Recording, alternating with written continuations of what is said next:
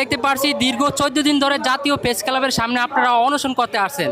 এই বিষয়টা ক্লিয়ার করবেন, আসলে কি কারণে এখানে আসছেন? আমরা এখানে এসেছি গত 14 দিন ধরে প্রেস ক্লাবে অবস্থান করতেছি। আমাদের মূলত দাবি আবেদনের সুযোগ। আমরা যারা করোনার সময় আমাদের বয়স 26, 27, 28, করোনা চলমান, আমাদের বয়স চলমান, করোনা শেষ, আমাদের বয়স শেষ। তখন কিন্তু পুরো পৃথিবী একটা লকডাউনে ছিল, কোনো ছাড়গুলো ছিল না, চাকরি পরীক্ষা ছিল না। আমাদের বয়স যখন 30+, বাংলাদেশের প্রেক্ষাপটে আগে চাকরিতে প্রবেশের বয়স সময় ছিল 30, সেখানে আমরা 30+ এর পর আবেদন করতে পারি নাই। আমরা দীর্ঘ 2 বছর আন্দোলন সংগ্রামের পর আমাদের সরকার গণ-অভ্যুত্থানে আমাদের রক্তে সরকার, আমাদের রক্তে দাঁড়িয়ে সরকার আমাদের 32 দেয়। তখন আমাদের 32+, মানে আমরা বারবারই বৈষম্যের শিকার হচ্ছি। আমরা যে সকল জেনারেশন বৈষম্যের শিকার হচ্ছে 1990 থেকে 1994 সালের জেনারেশনগুলো বারবার বৈষম্যের শিকার হচ্ছে। এই বৈষম্য থেকে মুক্তির দাবিতে মূলত আমরা প্রেস ক্লাবে অবস্থান করতেছি।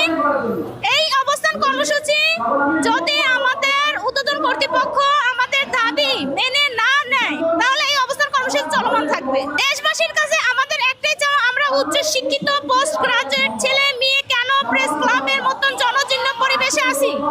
আমাদের পড়ার টেবিলে বসার কথা, আমরা রাষ্ট্রকে কিছু দিতে চাই, কেন রাষ্ট্রের নীতি নির্ধারকরা আমাদের এই সুযোগ করে দিচ্ছে না?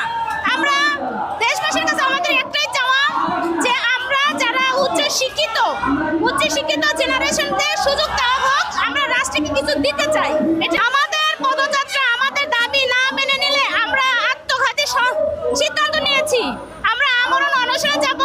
এটার জন্য দায়ী থাকবে রাষ্ট্রের কর্তৃপক্ষ, কারণ রাষ্ট্রের কাছে তো আমি কঠিন কিছু চাইনি, আমি সহজ কিছু চেয়েছি, আবেদনের সুযোগ। মানে আমার হারিয়ে যাওয়া সময়টা আমি রাষ্ট্রের কাছে ফেরত চেয়েছি।